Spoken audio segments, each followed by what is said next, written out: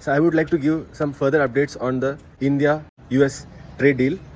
So there has been an interim agreement between US and India.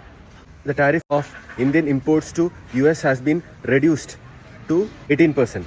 But if you deep dive into the deal, almost 50%, which is like almost $44 billion, which is around 50% of India's imports to US, has become tariff free, which is zero tax.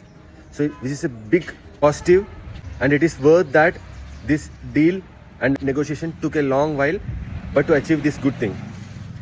If you see, even our agriculture and even ethanol business is completely protected, and we are not reducing the import duty from US to India on these products. So this protects our farmers, which is majority of India's population as far as the working class is concerned. But again, the remaining 50%, which includes steel, copper exports to US from India, the tariff still remains higher for those goods. You should note that this is an interim trade agreement, and the taxation which I just told now is levied with immediate effect.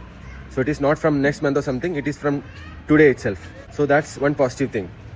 Now, as this FTA trade negotiation is going on, further results are yet to come, but this interim agreement definitely is positive for India's economy. Stay tuned for more on this. Stay invested, happy investing.